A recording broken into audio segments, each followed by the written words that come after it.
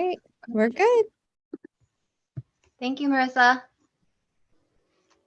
All right. Well, good evening. I hope everyone is cozy and getting settled in for this. I don't know if it's cold where it is by you, but it is always cold in Chicago, it seems, for a nice cozy evening to get cozy with some romance authors. So I'm Melanie Johnson, and I want to thank Romance Bookstore Love Sweet Arrow for hosting this fun event and for welcoming this group of authors. And if you're joining us this evening, thank you. You can check out the chat on YouTube and you can say hello. Let us know where you're at, where you're from, what the weather's like, anything like that. We would love to have you drop some comments in the chat. If you have any questions for any of the authors, you drop those questions. See, animals, they want to be the center of attention. I think it is. Oh my gosh. Let's keep your butt out of the screen. I'm just waiting for him to turn so we get a nice butthole shot. Like, that's what I'm waiting for. It is a rule. If a Zoom is happening, a cat will appear. Exactly. It's all good. I love it. What's their name? This is Max. He's my writing buddy. He usually sleeps at my desk. We're going to say hello to Max, and then we're going to also say hello to all of our wonderful authors that are here this evening. So let's get started. Before we do that, I also want to make sure that I mention that all the books from all of the authors here this evening are for sale on the Love Sweet Arrow website. And make sure that you pick those up and support indie romance bookstores and support all these authors. So speaking of these authors, we are going to jump right in and celebrate our book release person here this week, Fallon. I see it. There it is, Just My Type, right behind her, that beautiful purple cover.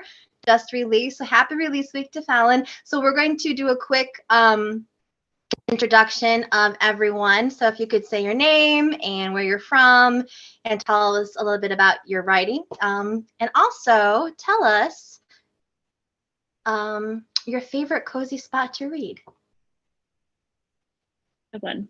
Hi, I'm Fallon Ballard, and I live in Southern California. So of course, we were having all this wonderfully cozy weather lately. And then this week it has been in like the 70s every day. So I am no longer in cozy mode, but mentally I'm always in cozy mode. Yeah, I write contemporary romance, rom-coms, and my favorite reading spot, I actually just recently got this huge fluffy chair for my office. And it is a dream. I love it. I hole up there every day, and it's like my favorite place in the whole world.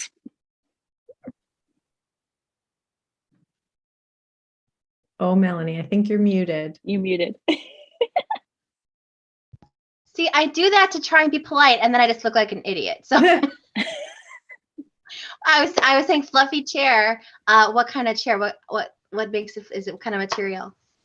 I mean, it's just very large, like not fluffy itself. There's just like a lot of fluffy pillows that are very like overstuffed. And it's like a chaise. I always want to say lounge, but then when I spell it out, it doesn't look like lounge. And so that always throws me off. But it's nice and big and it takes up way too much room in my office, but it's totally worth it. I want one of those. It's good. How do we say that? How do we say, so you say chaise? Like, I always never know how to say that word. I'm like, I don't either. I just think of that commercial where she's like lounging on one and is Yeah. I just like to see it on step backs. That's all I care. I don't need to know how to say it. This is true. Yes, this is, of course. As long as I can recognize it. If the librarian and awesome romance reader be in her books, I cannot think of those chaise lounges without thinking of that and her love of all things chaise on covers. Kate, so how about you? Tell us a little bit about you. Well, hi everybody. I'm Kate Claiborne, and I'm here tonight from Virginia. And we had a nice upper day in the upper 60s, so it was not a super cozy day here either, but that's fine by me. I write contemporary romance, and my favorite cozy spot to read, to be really honest, is in my bed with my e-reader right before I go to sleep. So I'm sure it's not good for my back, but it is good for my soul. So That's like a quote, like a reader. yeah. May not That be can good for apply my to a back. lot of things. I was just good. Of course you would. On brand. So on brand. I love it. I'm Melanie Johnson, and I too write contemporary romance. I believe we all write contemporary romance this evening, romantic comedies, and I've been kind of stretching my writer chops and having some fun writing what they're calling seasoned romance, which apparently, if you're over 40, we are now seasoned. But I've been having fun writing some MILF romance, which it's been great.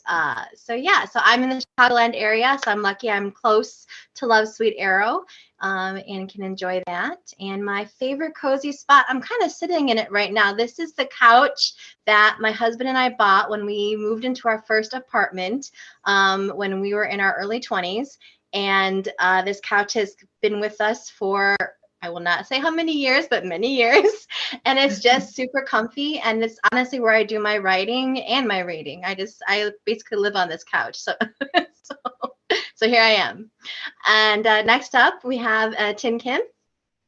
I'm going to say if a 40 and up means we're seasoned, I would like to be seasoned with sriracha because that is one of my favorite condiments. Hi, everybody. I'm Tin Kim Lamb, and this is Max. He's been needing me since we started. I don't know if he's ever going to settle down. Of course, he'll just do it to spite me now because I said something. There we go. I write steamy contemporary romance with multicultural characters. My book, Full Exposure, comes out February 21st. It's a Mardi Gras romance. I wore my Mardi Gras beads for it. And cozy spot. It was super cold. So I'm from the DMV area, which for those who don't know, it's DC, Maryland, Virginia. So not the Department of Motor Vehicles. Which is probably not the best place to live or read. But we put our electric blanket on our bed because it finally got cold enough for it, and that's been my cozy spot. It's just like turn a blanket on, heat the bed up, and grab my e-reader. Yeah, the electric blanket is a lifesaver. So we have one that I keep like on our footrest, and I just tuck my feet right into it. It feels so cozy. Sarah. Hi, I'm Sarah Smith. I also write steamy contemporary romances. My upcoming release, it comes out in 2 weeks. It's called In Love with Louis Prescott. And my favorite cozy reading spot is probably the couch because I'm a huge couch potato and I'm very lazy. And I spend most of my time on the couch reading and writing.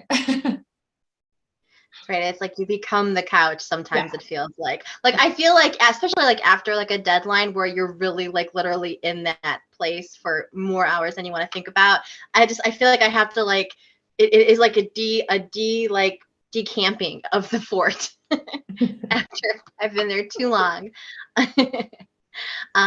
So that is our panel this evening, all of our lovely romance authors, and we're getting some people who are watching letting us know where they're at. We have some Chicago people, Seattle, Washington, only 44. I think you're chill. That's pretty chilly for Seattle. So San Jose. I don't want to talk to you, San Jose. I'm sure it's much nicer there. It's here.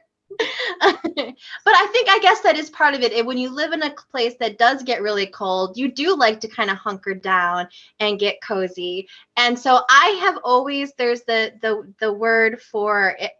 I've always thought it was hygge, like that Norwegian word, that Danish word, but it's not. It is actually pronounced hygge. And I did not know this. So hygge, if you've seen the word out, it's HYGGE, and it is the art of getting cozy. It's taking time away from the daily grind to just relax and enjoy life's pleasures. And personally, I think there's no better way to do that than with a book. So it's just the best way to do that. So we're going to settle in and talk about the books that are coming out this winter that you could get hygge. It's just not got the same ring. The hygge with it. So we're going to meet the books, and we're going to talk about the stories that are coming out, and we're kind of just going to go by release date. And Kate is going to go up first because her book just came out in January. So I'm going to let her take it away. Yeah, my book came out at the very end of January, and it's called Georgie All Along. And it's sort of my tribute to small town kind of homecoming romance, which is one of my favorite tropes. And so it follows Georgie, who has come back to her small Virginia hometown after getting let go from her job. And she was really known in her hometown as kind of like a flake, not the most together person. And so she's like a little worried about coming back to this town where everybody judges her. But she's going to run into somebody else in town who grew up with a bad reputation, the town troublemaker, and it's a romance. So you know what happens next. And so it is a cozy book in that it takes place in a very small community, where I tried to like write a lot of close and warm relationships, but it does not take place in winter. So if you're like looking for an escape from winter, this would be a good one to pick up. That's a great way to frame it, this idea, like, because sometimes, yeah, like you're stuck in the cold and you're like, I just need to like, and what better way to escape than into a book, and you can kind of take an armchair vacation. Yeah. So yeah, I have to just acknowledge that, like, even though I like being cozy, I hate the cold. Like I don't enjoy it. I don't like snow. I don't like anything like that. So it suits me just fine to read about non-winter things. Okay. So just out this week, actually, yesterday, happy release day again to Fallon. Can you tell us about your book? Yeah, it's another little escape because it takes place in LA. So, of course, nice and warm in LA pretty much all the time. But it is a second chance romance about two high school sweethearts who break up when they go to college on opposite sides of the country. And they don't really speak or interact much over the next 12 years. And our main character, Lana, finds herself going through a breakup. She has a really bad evening after that. And then the next day she shows up at work and her high school ex-boyfriend is now working at the same website that she writes for. And then once her boss finds out that they have a past, her boss decides to pit them against each other in this competition. So very like How to Lose a Guy in 10 Days vibes. They are competing for this job and having to do all of these ridiculous tasks. And I just wanted it to feel exactly like those rom-coms from like the 90s and early 2000s that were all my absolute favorites. Yeah, I could actually talk for hours on what is the magic sauce in those rom-coms from that era that they haven't seemed to be able to replicate yet. I don't think like we could really have, and it's like it crosses age. Like I have a college student, my oldest is in college now, and she and her friends have rom-com weekends, and she's like, I just watched the best movie. It was so great. It was When Harry Met Sally. Like like so they are discovering these and loving them, these 19, 20-year-old, college kids, which I find fascinating. I find it so interesting. And then of course, then they go watch Love Island afterwards. So it's well, I think the new crop of rom-coms have been really great. I'm glad it's making a resurgence. And for one, like the diversity is like 10 times better than it was in the 90s and early 2000s. So I think I've watched Always Be My Maybe like 10 times. Yes, it's just really funny, and every time there's something new to laugh at. And Keanu Reeves, that whole like part of the movie is one of my favorite parts.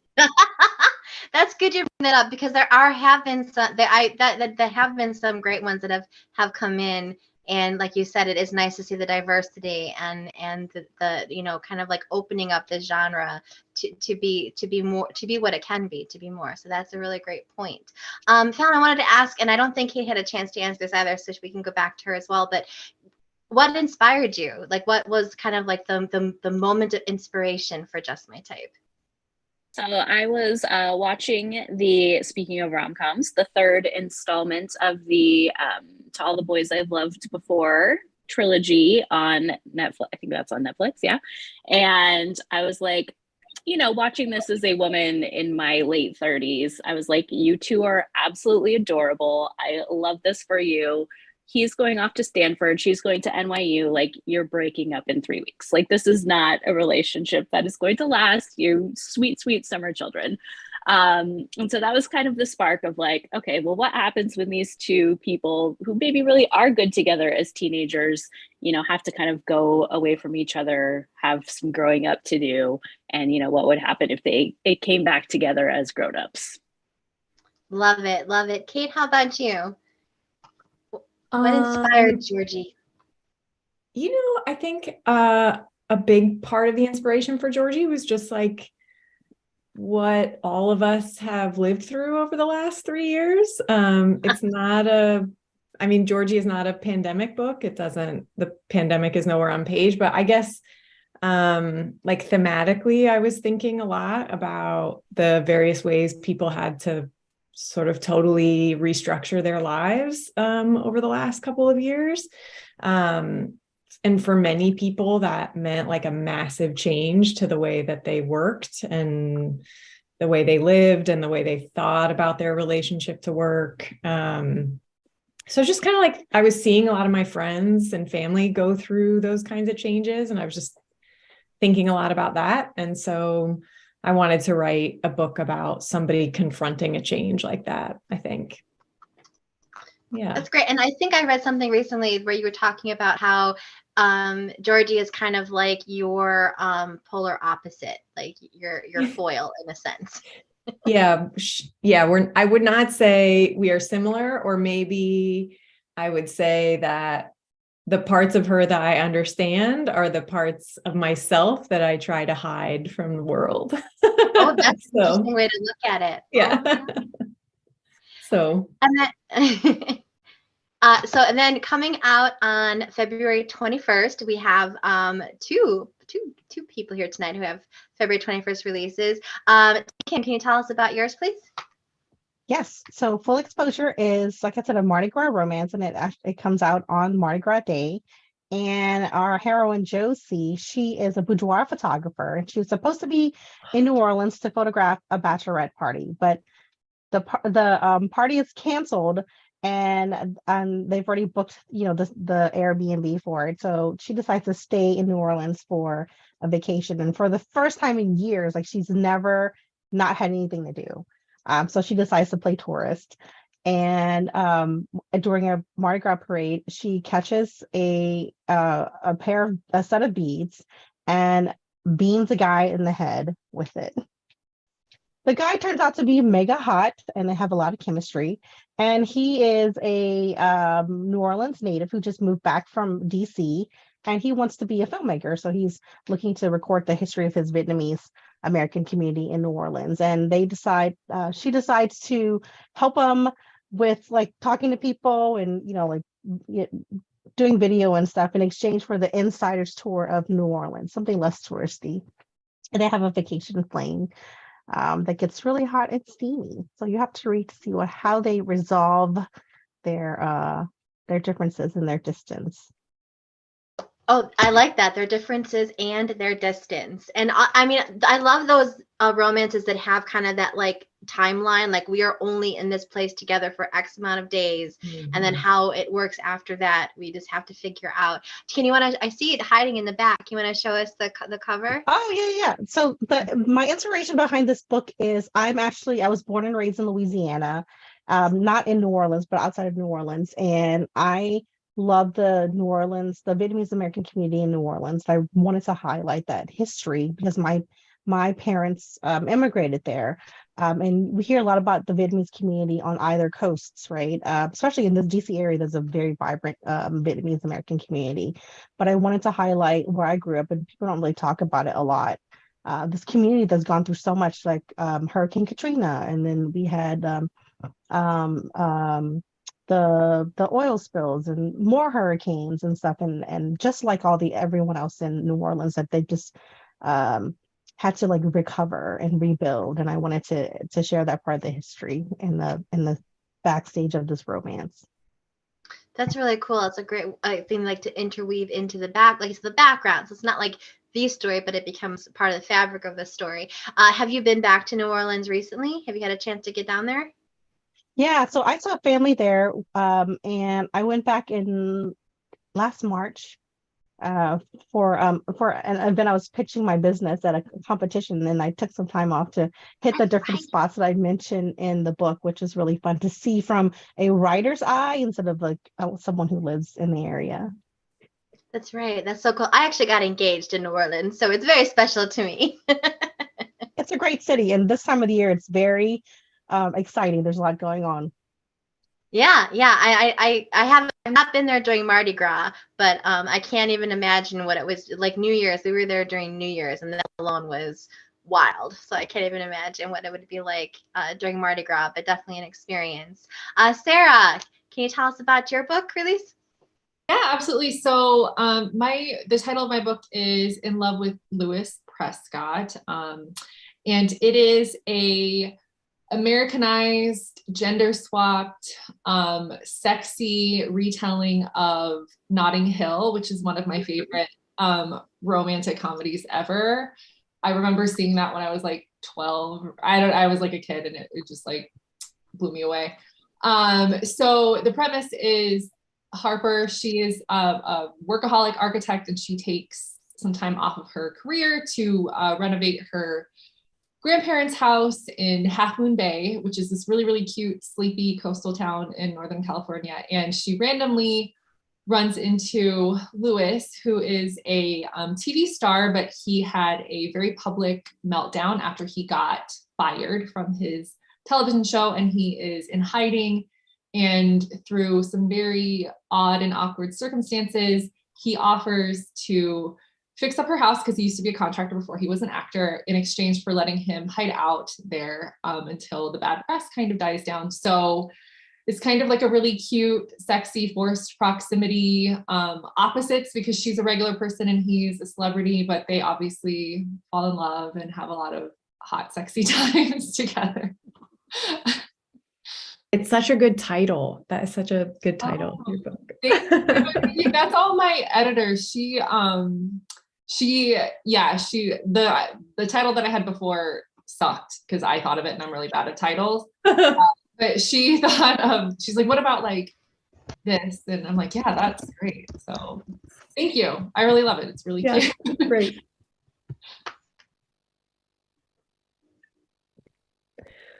Sorry, I was frozen for a second, so I might have missed something. Hopefully. No, you're good. You're good. But I got a chance to read Sarah's book in advance, and I guess I love the very cute, kind of cheeky, like ode to Notting Hill, with it being set in Nob Hill, which I thought was really fun. I'll swing in here. My book is like at the tail end of the month, in February 28th. So just at the very end, Too Wrong to Be Right. And it is, I love how kind of we're all like talking about like these old classic rom-coms that have kind of been a kernel of inspiration. So for me, it was While You Were Sleeping. That was kind of an inspiration in a way. And so I really wanted, there's this whole bit, in my book where the hero ends up in the hospital with a concussion, and the heroine is convinced she's going to have to pretend to be engaged to him in order to see him. And the hospital, of course, is like, what are you talking about? Like, you can just go and, show us your ID, go and see him. Like, so I don't, no fake engagement required. But this is my first friends to lovers romance, and I really had fun with that slow burn. I haven't done that before, and had set it in a funeral home, and which required some very interesting research. Like I maybe got a little too into that side of things, learning all about mushroom suits and corpse tree pods and all kinds of not what you would think are the most romantic places, but somehow love blooms everywhere. So yeah, so that was, like I said, I think my inspiration really was the while you were sleeping kind of, that was like the kernel of inspiration, and the two brothers and her thinking one of them is the perfect one, but then ending up falling for the other one, and that one being the one that she really loves. So that's that. We've got a couple people who have joined us here. And we will, if you have questions, those of you who are watching, make sure you drop the questions for any of the authors in the chat. We're going to kind of go back now, and I want to ask, hopefully you've had time to think about this a little bit, but I wanted to ask if you could think of a particularly cozy moment or scene from your book, and you could kind of share that. That would be really fun. So anyone want to go first, or do I have to call on you? I'll start. All right. So one of my favorite cozy moments in Full Exposure is after the whole whacking in the head with the beads thing, which is not a spoiler. It's on the back. It's in the book blurb. He convinces her to allow him to take her to Cafe Du Monde, and I just had a really great time writing this moment because if you've never been, it's just it's like lots of energy because you're in the middle of New Orleans, and there's always a line, and there's so much sugar on beignets. It's like floating in the air. So he is introducing her on the proper way to eat a beignet, and they just have this fun back and play moment. I can't wait to read this now, because I would like to know what the proper way to eat a beignet is. Me The first too. rule is not to wear black, which I always seem to do when I go eat beignet. Well, I'm out. Yeah. Just all of us. I'm gonna have a craving for an iced chicory latte now. I'm gonna want one from Cafe Du Monde. That does sound super cozy. Yeah, this, and like I love the way you described it, like that the sugar is almost like in the air, because it is. There's just so much of that. So that's really great. Who wants to share a cozy moment next? I can go. I don't want to say too much about it because it is at the very end of Just My Type. But there is a moment after they have done some things where they are just like sitting on the couch, watching TV, drinking some wine, eating like, Chinese takeout, and having a mildly serious conversation about the future. But that's just the one to me that I was like, oh yeah, that's like, I don't know. I feel like sometimes as you get older, you sort of miss out on those casual takeout and wine moments on the couch. But those are always good, cozy times in my memories and in the book, I think. Yeah, it's like a very grounded, real moment, I think. I think that those quiet moments that do kind of make up so much of a relationship, like, like you said. So I like that. I think that's great. And now, yeah, I can just think of, I'm sure we can all think of the moments on the couch with the takeout and the wine and the having those conversations. So that's beautiful. Sarah? Yeah, so I think the cozy moment that I'm thinking of in Love with Louis Prescott is when there's been a really big event that they've planned. I don't want to give it away because it's later on in the book. But so Harper falls asleep on the couch, and Louis like picks her up and takes her to bed, and they're already like hooking up at this point. So they're very into each other, but they haven't like verbally said their feelings for each other yet. And Harper's like half asleep, and he tucks her into bed, and she kind of mumbles like in her sleepy state, "I love you." And that gives him the courage to say, "I love you" to her, even though she's asleep. So that, I don't know, just something about that. Like, even though she's semi-conscious, like declaring her love to him, and that gives him the courage to declare his love for her. Just something about that's like really cute and cozy to me. I was curious about which moment you were going to pick. So the Sarah's book, by the way, is very spicy. So if you need something to warm you up, to keep you warm, she's gonna do that for you. Yeah, thank you. That's a good way to describe it. Very spicy. Kate? I think I I mean, I had a goal that the whole book would feel pretty cozy. I would say one of my favorite scenes is the hero of this book, Levi, is I mean, I wrote him, so he's like very reticent, very stoic when you first meet him. So a particularly cozy scene for me is probably like the first scene where he is really trying his best to sort of open up to Georgie, and he makes her homemade pizza, and he has like a candle lit on the back patio, and his dog is there, his very sweet dog is there, and he's trying so hard to make her feel comfortable and at ease, even though he is not a natural conversationalist. And I loved writing that scene. That felt very cozy to me. Two people just sort of gently trying to get to know each other. I love that kind of scene. And that's also a great description too, like gently trying to get to know each other. It's kind of the way you describe that on its own makes this kind of like this like slow opening of up to each other. So that's beautiful. Well, good.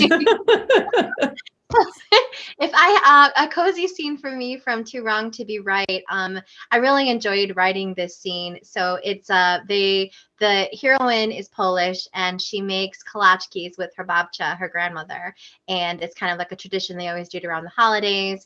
And somehow through conversation, the hero's grandmother, who is Irish, has been invited to come over and bake kolaczkis, and the hero shows up as well. So we have the two grandmas and the hero and the heroine in the grandma's kitchen making kolaczkis, which is a very labor-intensive process. There's a lot rolling out the dough and everything. So everyone's got their station, and the two grandmas are plotting, of course, together.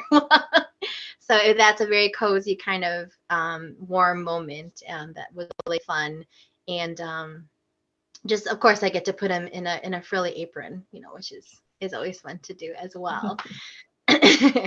So thanks for sharing those. This is the next question I wanted to ask, and this one I know can be so hard because we can come up with so many. So if you can't limit yourself to one, go ahead and share a couple. And please, those watching, drop yours in the chat as well. I want to hear what your recommendations are. So when you think about, again, hygge, that word, when you think about that and you think about that word comes from a Norwegian term, hugge, meaning to comfort, to console. So like books that are like a warm hug to you. So comfort reads that feel like I said, like a warm hug that you just will retreat to. And I don't know about you, but in the Panini, I kind of went back to books that I had read before. Like my brain was like broken, and I just needed something comfortable, like a warm hug. So I would be curious to hear like what some of those books are for you. So anyone want to start with their recommendations for what their cozy reads are? I'll go. I am always so bad whenever anybody asks me for recommendations. I'm always like, have I read a book before? I don't know. But I wrote some down because it's like, I know the question's coming, so I will be prepared. But I always find Sarah Hogel's books to just be like real comfort reads for me. Like You Deserve Each Other just always makes me smile, always makes me laugh. And I think one of my sort of recent comfort reads is In the Event of Love by Courtney Kay, because I don't know, there's something about like the holiday reads that really make you feel sort of like warm and cozy. And that one is very like Hallmark movie vibes, but with lots of sex. So that's what I want, to feel warm and comforted. So that's always a good one for me too. I like that. And I think because, again, comfort reads can mean so many things. Like it doesn't, like you said, Hallmark vibes, but lots of sex. And if that's, that's cozy for you, that's cozy. Who else has a recommendation? Something that their warm hug of a book that I retreat to this book. I would say I often read like historical romances for comfort reads. And often if like I'll go back to like a series, like, so I'll reread The Wallflowers, like Lisa Clay Pat, like I'll read them the whole entire series or the whole entire Hathaway series or something like that. And I think it's like for comfort reads, it's nice when, especially like, as you mentioned, like during the pandemic, when you're in like an extended period where it was hard to pick up anything new, it was nice to like revisit not just like one book or one set of characters that you knew, but kind of like a whole world. So I would often reread those and often on audio. Like I would even listen to them again.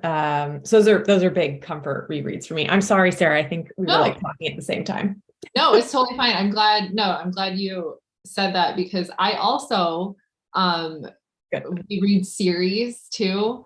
And so I don't know if I could pick like one book, but the series that I love rereading as a comfort read is the Wrong Bed series by Rebecca Brooks. And it's about that's a great series. That is a really good, yes. They're like short. They're like, those are great.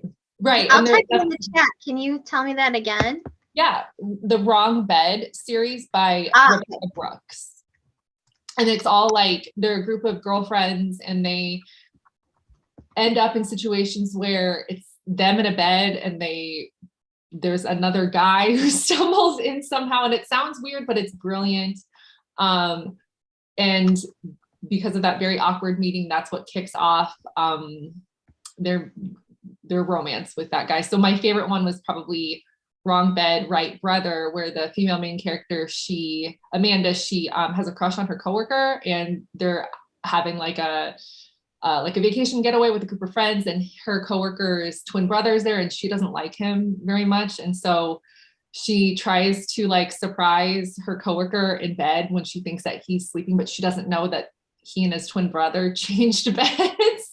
So she ends up surprising and hooking up with the twin brother. And then when they realize like, oh my God, I hate you. Like, it's just so yummy and like comforting, just because it's a great enemies to lovers trope, but like, the sex scenes are just really on point, and you can just totally see how these two hot messes of people just totally get together. And yeah, anyway, I've reread that book so many times. I just love it so much. I think, yeah, the idea of a book that you keep going back to. Historical definitely seems to be, so someone else in the chat mentioned Historicals by Lorraine Heath, are comfort reads for her. And I also have to agree, for me, comfort reads are historicals. I gravitate towards my Laura Kinsale books. Those are my all-time comfort reads.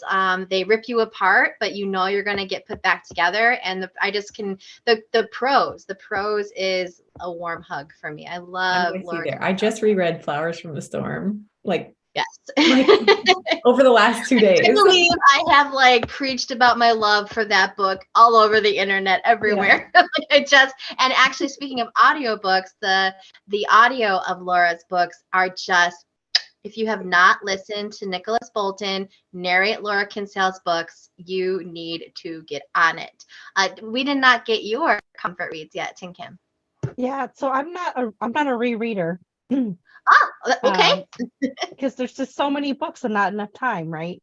But some recent books I've read that felt very comforting for me was Farrah Rashan's The Dating Playbook. The whole series. I haven't read the whole series yet, but that one I just picked up, and she's from New Orleans, so it's kind of like a taste of home, and her characters just leap off the page, and I think that's what makes it exciting. And she has a found family, right? And that's one of my things that I love in romances, and one thing that I write as well. And I just love the characters that she put, these women that are best friends and helping each other out, but yet calling you out when you should be, or calling you in, I would say, when you should be, doing better. But that's what I really enjoyed. The Dating Playbook by Farrah Rashan. Yeah, that's a great recommendation. Her backlist is so deep too, and her books are so good. Like, I love her books. Yeah, and like you said, like the found family of those three women who meet over these kind of like unpleasant circumstances, but become like such great friends, and like the coziness of that friendship and of that's created. So that is a really good recommendation. So I'm checking here for any questions from our guests. I'm not seeing any. some great comments, but nobody seems to have any questions in general. So we're gonna get to have some fun then. We're gonna get to have some fun and answer some other questions about cozy stuff. So those watching, you're welcome to drop your answers in the chat as well. These are just fun things that I came up with. I'm nosy, so I always like to ask these kinds of things. The first one is your favorite indulgent drink at a coffee shop. Like when you're going to go big or go home, what are you ordering at the coffee shop? I'm just going to go around. I'll start with you, Kate. Oh gosh, I'm really going to ruin this I like a black coffee, a strong black coffee. Like That's okay. No sugar, no cream. That's it. Just a strong black coffee. Anybody who's like seeing this is like that checks out. That's that tracks. I'm actually a black coffee drinker too. I drink it straight up black, but when I want to indulge, I do love the like white chocolate mocha, triple shots of espresso. Yes, put the caramel on top. I mean, yes, I will. I'd probably go into a coma. Like too much all at once, and it's weird because I went so long without having those kinds of drinks because we weren't going out to the cafes. The first time I had one, I was like, whoa, this is sweet. Like I had forgotten just how sweet some of those drinks were. So, but I still drank it. So who else? Who's got like a favorite drink and it doesn't have to be coffee. If you're not a coffee drinker, that's okay. But what is your indulgent drink order if you're going to be sitting in a cozy coffee shop? I always go for a caramel macchiato when I want to have all the sugar. That's my partner's drink of choice when we get fancy coffees. Mm-hmm. Yeah. When I indulge, so I swear, like my veins are probably full of coffee. I drink so much coffee at home. But when I'm out, my new favorite thing is brown sugar boba tea, and it's very sweet. But like it's to me, it's balanced. So I would have it as a dessert because it's so good. And I've tried to make it at home, and I mess it up every time. That's the thing. That's what makes it fun to go out and order the thing that you can't do right at home. That makes it fun to go out and get it then. Definitely. Mm-hmm. Sarah, how about you? So mine is like the exact opposite of Kate's. Mine is a hot chocolate with like whipped cream and like what a 5-year-old would ask to have. Because like if you go to a good coffee shop, they'll do it with like cocoa powder and like powdered sugar and like sometimes chocolate shavings. It's god awful. Like I know that I'm just destroying my body. No, it's magnificent. It just tastes so good. Yeah, it's just that's my. Well, if you ever make hot chocolate at home from scratch, like cocoa powder, like put a little bit of chili powder in there to give it a kick. Oh, that's really good. I've never Especially when it's cold outside, you need that little spice kick in there. Okay, I'm gonna do that next time. Yeah, thank you. Yeah, there's like a Mexican hot chocolate that I like that has that little kick of spice. Mm-hmm. That's like, woo, yeah, it's good. I haven't made hot chocolate at home with milk in a while. Like that sounds like something cozy to do. That sounds like a nice little. Speaking of Laura Kinsdale, I was gonna say you can go decadent and get a half and half or heavy cream and make your hot chocolate. Goodness. That'd be super indulgent. Oh yeah. I mean, honestly, if you're going to do it, like you just might as well like go all in. But I was thinking of one of the heroes from one of the Laura Kinsale romances who is addicted to hot chocolate. And there's like a whole thing about how he makes his hot chocolate and has his little pots that he melts the chocolate in. And so, yes, it's very cozy. All right. So what about snacks when it comes to reading? Now, some people are purists and they will not eat while reading. But come on. Actually, one of my favorite things to do is to eat lunch with a book. Like that's to me is the epitome of coziness, is to have my meal and my book. So I wanted to ask if you have any favorite reading snacks. Anybody have like a go-to reading snack, which is different from writing snacks? I feel like these are very different things. Yes, very different. I'm a savory snacker, so I like kettle chips, like kettle potato chips, like that crunch. Also like Asian style snacks, like dried cuttlefish and like dried like Asian beef jerky. It's very different because you won't be chewing for 50 days, unlike Western beef jerky. You said you won't be or you will be? You won't be, because it's You like won't more be. tender, and Okay. so I talk about food a lot in my books. So just warning, if you read my books, you're gonna want snacks. But yeah, so it's like sweeter, and it's just, I don't know. And maybe it's my palate. Like I feel like there's more flavor to it. It doesn't taste so dried out. Um, so yeah, if you see it, they sell it at Costco now, which kind of blows my mind, because growing up, like I could not find any Asian foods at like the quote unquote regular grocery store. Like my family, we would drive to New Orleans and stock up for a month, of things. So now I can go to Costco and buy dried cuttlefish and seaweed snacks and bad pho. Like we've come a long way. The seaweed snacks. My youngest loves the dried seaweed too. She eats those. She just loves it. Um, uh, Fallon, do you have any favorite reading snacks? Yeah, I'm trying to think. So I really, most of the time, I don't snack while reading if I'm reading like a paperback because, like, I want to keep them pristine. But I do kind of do the same thing as you do. Like when I'm eating a meal, I'll just like read on my phone or read on my iPad. And then I don't feel so bad about, messing it up because you can just wipe it off. But I'm definitely like a savory, like I'm gonna go like pretzels or chips or something salty. I have a terrible confession, reader confession. I have ruined more than one library book reading. Maybe a coffee spill, maybe a soup spill. Yeah, I've definitely been naughty in that respect. So I know I've had to replace at least one for sure to a library that, like, yeah. Oops. Kate? Well, so because most of my reading I do like at night, right before bed, I don't typically snack while I read, but I want to make sure that everybody knows that when I'm writing, I'm like a gremlin. I really want to eat like really just like trashy candy. Like just like Abby, Okay, Abby Jimenez had this, what kind of like, trashy candy? yeah, like I don't want you to picture me having like a nice box of chocolates. It will be like a family pack of Starbursts or like gummy worms or just like like to Sarah's point about like the 5-year-old hot chocolate, like that is my candy taste. Like I want the supermarket candy, a big bowl of it right by me while I'm writing. So even though I don't snack while I read, when I'm writing, it's a mess over here. I like the image of a gremlin, and that's what made me think of. Abby Jimenez has this video that it was a while ago now, but like she's in the pantry, like just bags and things of snacks, like all, and like, what are you doing? I'm writing. It's part of the process. Don't ask questions. Yeah.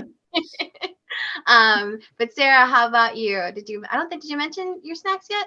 No. So for me, I go through like weird cycles. So like I go through like a savory time where all I want is like potato chips or popcorn or something. And then I'm currently in a stage where I want, I don't know if you guys, I don't even remember what their official name is, but they're like the gummy peachy rings. They're just like, they taste like, well, like they're artificial. It's not real, but it tastes like peaches. And yesterday I was reading on my phone and I just annihilated 2 bags of those. And it was very embarrassing, but like I was at home, so nobody could judge me. It is a little scary how fast I can go through a bag of gummy bears because when I'm writing, the gummy candy is what I tend to like. I had to like put like a nix on buying any more, like, yeah. I just was going through it like crazy. And I actually found a few weeks ago, I got like a big.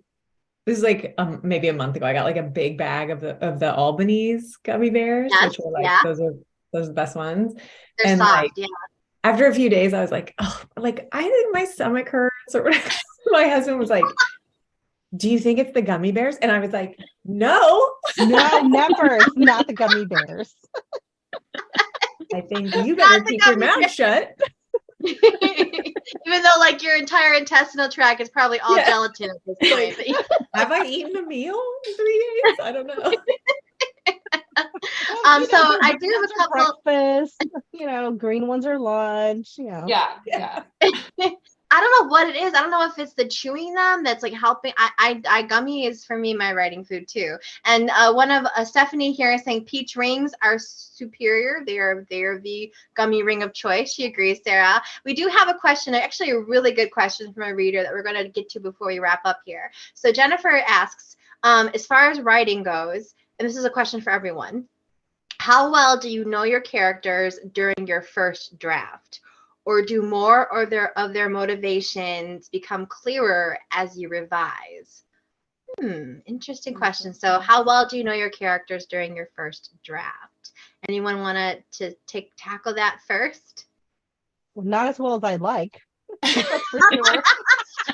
I mean, yeah, I feel like, so for me, I've just like the first couple of chapters, like I'm first getting to like listen to them in my head, but that depends how you write too. Like for me, like I will have some books that they're ticking away in the back of my brain for months and months and months before I ever start playing with them on the page, versus something where I'm like, it's like that spark of an idea that you just have to go after right away. That's when you start to like, you learn about these people in the moment. But I'd be curious to hear what any of you have to say. Sarah, yeah. I'm going to pull you in. Oh, yeah, perfect. That's interesting that you say that because I do have moments where, or ideas where like I'm thinking about it and I don't have time to write it in that moment because I'm either like working on something else or I'm busy. But I have noticed for me, it doesn't really matter how long I spend thinking about the characters, because I thought like, oh, if I just spend more time thinking about it and there's them as characters, they just linger in the back of my mind, it'll be better when I actually write the first draft. And it's probably just me as a writer. I write such crappy first drafts. And it's honestly like in probably the first big revision that I do that I start to feel like I am giving the characters like their own distinct personality. And I know that every writer is different. It's just like how I am. I'm just like, I just need to write it. And I know it's crappy, but like, it's fine. I'll fix their characters in the second draft. So that's me. It's not the greatest way to do it. There is no right or wrong. So yeah, that's true. I think allowing yourself to do a messy draft is great. Like having that kind of like ability to be like, I'm just going to get this out. That's a great skill to have. So that you say that getting to know them better in the revision, that makes sense. Fallon, do you have anything? Yeah, I mean, definitely not as well as I would like. That's a good, perfect response to that. But yeah, it definitely takes me a while. And I'm not a plotter, so I don't like figure any of those details out usually until I'm like well into the writing, which sometimes poses some problems. But I feel like I know my characters before I know my plot. But I will definitely find times when I'm like, oh, okay, I'm like halfway through this draft. I need to go back to the beginning and like layer in some of these things that I've discovered before I feel like I can move on and like draft the ending. So yeah, sometimes those little sparks will come to you like as you're writing, and I'm like, oh, make a note of that. Got to go back, add that in. And then, of course, that's kind of like the fun part. I don't really like revising that much, but that's the fun part of revising, is getting to build those layers that you didn't know about the first time around. Yeah, I think I'm very much the same as far as I'm very character driven in my writing, and the plot is where I struggle. And so to Jennifer's question, for me, like, I realize like, so when I have something that I have managed to plot and it's in my book and it's not working, I start to realize, oh, it's because that's not what my characters would actually do. Just because I want them to do this or to say this or to make that choice, if it's really struggling on the page, it's because it doesn't fit that character. And they're like, yeah, no, I wouldn't do that. Stop trying to make me do that. So then you realize that later on as you're like making it actually happen in the story. Kate or Tin Kim, do you have anything to add?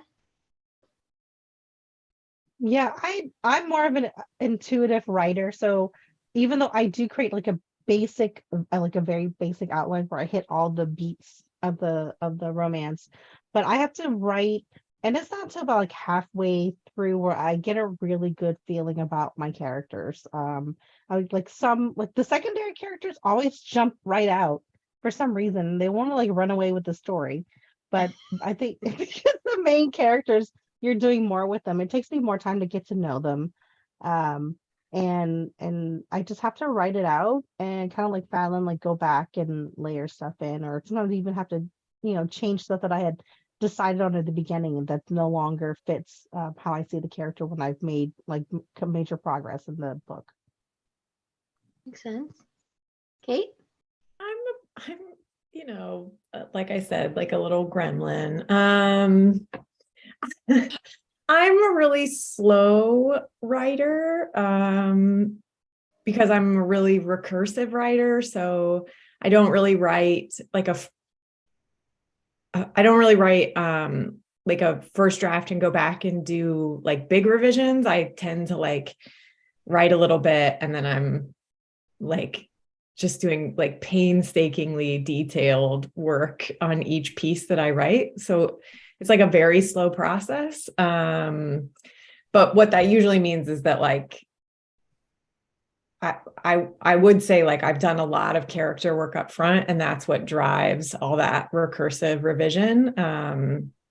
So it's sort of like you said before, everybody has a different process and the only one that matters is the one that gets the book written for you. So yeah, and that's what I mean, it's wonderful that you gave like such a different example because it's true. Like everyone has the process that works for them. And the funny thing is what may be working for this book sometimes is not that's what true. works for the next book. Like you just so feeling like that you're stuck in the process that you use is not necessarily the case either. You may mix it up. You mentioned you do a lot of character work before the actual writing. So what does that mean? We're running out of time. We're gonna wrap it up really quick, but I found that to be interesting. I was like, I mean, I do a lot of like stuff that I'm never going to talk about in the book. I mean, like I've said this elsewhere, but I do a lot of like thinking about the characters in terms of things that have like nothing to do with the books. Like the example I gave recently was like, would this character sit in a beanbag chair? Or like, I would love to have like a list of the questions you ask yourself. Yeah, I mean, like, and they're different like every time. They're just like weird, again, like just garbage can thinking. Because like if you could immediately be like, yeah, no, this person would never. Like yeah, but you should. That's how I feel. I feel you should know when you're reading one of my books, you should be like, yeah, that person would not sit in a beanbag chair. That person would, or whatever. And then like I'm like, my hero would like take a running leap and dive into the beanbag chair. So I mean, that I really love hearing about like how different writers get inspired or get their ideas. And I think like everybody's is really different. Like I loved hearing you guys talk about how like watching a film will spark an idea for you. For me, it's just like often these really silly questions like, what's their car radio station turned to? I don't know. These are great though. Like my wheels are turning. See, I'm just jealous that you can do that because there's so many great books out there that give you those kind of questions to ask about your characters. I'm like, I don't know if my character will sit in a beanbag chair until I get to a scene that there's a beanbag chair in. It doesn't matter at this moment. All right, now you know what you have to do. Bonus scene that includes a beanbag chair. Right. So, like I've tried those. I'm like, I don't know what their favorite fruit is. Yeah. Or, you just have to get to know them in a different way. Right, exactly. So I'm a little envious that works for you because there's so many books out there that suggest that, and that's not how my brain works. But the flip side is like what I'm envious of is like people sort of writing their way through the problems and through the story. Like I'm very envious of that in other writers. So I mean that's why I love events where I get to talk to other writers because what matters is that you get the book done, right? And like hearing about the way different people do that to me is like, it's very fascinating about this job, this work. Yeah, creative work in general for sure. And the different ways we approach it. Jennifer, by the way, says Levi would never sit in the beanbag chair. And You would Georgie not. totally would. Georgie would. So thank you so much to this fabulous panel of authors for joining us this evening for Getting Cozy with Romance. Once again, you can purchase any of their books from the Love Sweet Arrow website. And a few of us still have pre-orders available, so you can grab those books and get them when they come out later this month. So thanks again. Thanks again for everyone who joined us in the chat. And we're going to wrap it up and say good night. So thank you so much. Stay cozy. Thank you, Melanie, for being such a great discussion Yeah. leader. Yeah, thank you. Thank This is